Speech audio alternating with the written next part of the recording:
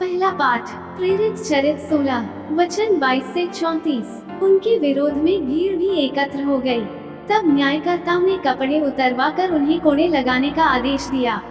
उन्होंने पौलुस और सीलस को खूब पिटवाया और कारापाल को बड़ी सावधानी से उनकी रखवाली करने का आदेश देकर उन्हें बंदीगृह में डलवा दिया। कारापाल ने ऐसा आदेश पाकर उन्हें भीतरी बंदीगृह में रखा और उनके पैर काठ में जकड़ दिए। आधी रात के समय जब पौलुस तथा सीलस प्रार्थना करते हुए ईश्वर की स्तुति गा रहे थे और कैदी उन्हें सुन रहे थे, तो एकाएक इतना भारी भूकंप हुआ कि बंदीगृह की नींव हिल गई। उसी क्षण सब द्वार खुल गए और सब कैदियों की बेड़ियां ढीली पड़ गईं। कारापाल जाग उठा और बंदीगृह के द्वार खुले देखकर समझ गया कि कैदी भाग गए हैं, इसलिए उसने तलवार खींचकर आत्महत्या करनी चाहिए।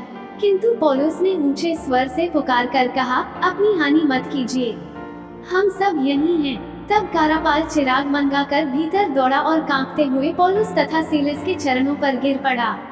उसने उन्हें बाहर ले जाकर कहा, सज्जनों, मुक्ति प्राप्त करने के लिए मुझे क्या करना चाहिए?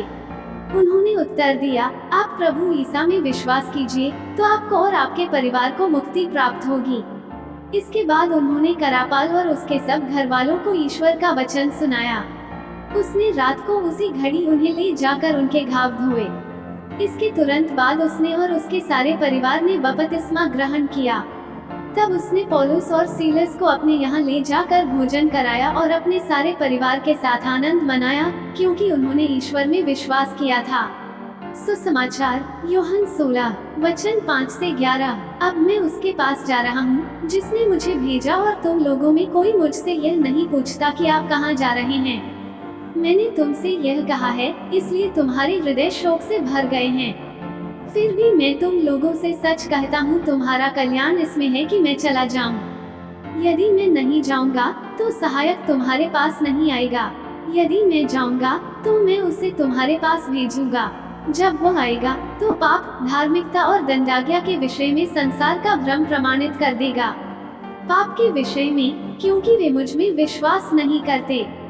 धार्मिकता के विषय में, क्योंकि मैं पिता के पास जा रहा हूँ और तुम मुझे और नहीं देखोगे।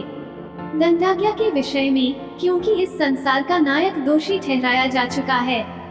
मनन चिंतन। आज के सुसमाचार में संत यूहन्ना संसार में पवित्र आत्मा की भूमिका के बारे में बतलाते हैं। आत्मा का आरंभिक कार्य पापमय संसार को दोषी ठहराना है, क्योंकि संसार ने प्रभु यीशु में विश्वास करने से इनकार कर दिया। प्रभु यीशु को अस्वीकार करके संसार ने ईश्वर और उद्धार के लिए उसकी योजना को भी अस्वीकार कर दिया। पवित्र आत्मा लोगों को उनके गलत कामों से अवगत कराएगा। जब पेतरुस ने पेंटेकोस्त के दिन अपना प्रथम प्रवचन दिया तो उनके श्रोता गहराई से प्रभावित हुए। उनकी आंतरिक आंखें खुल गई, उन्हें अपने पापमय स्वभाव का ज्ञान हो गया और उन्होंने दिल से पश्चाताप करते हुए बपतिस्मा ग्रहण किया। ये पवित्र आत्मा का कार्य था। आजकल कई लोग पाप को ईश्वर के खिलाफ विद्रोह के रूप में स्वीकार करने से इनकार करते हैं।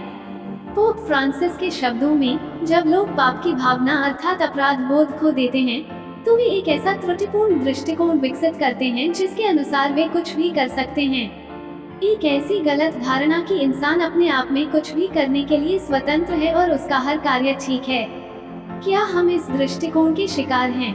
क्या हमें पाप को पाप के रूप में देखने में दिक्कत होती है? तो आज ही हमें पवित्र आत्मा के मार्गदर्शन की जरूरत है। प्रभु का आत्मा पाप को लेकर हमारी धारणा को ठीक करे। आमीन।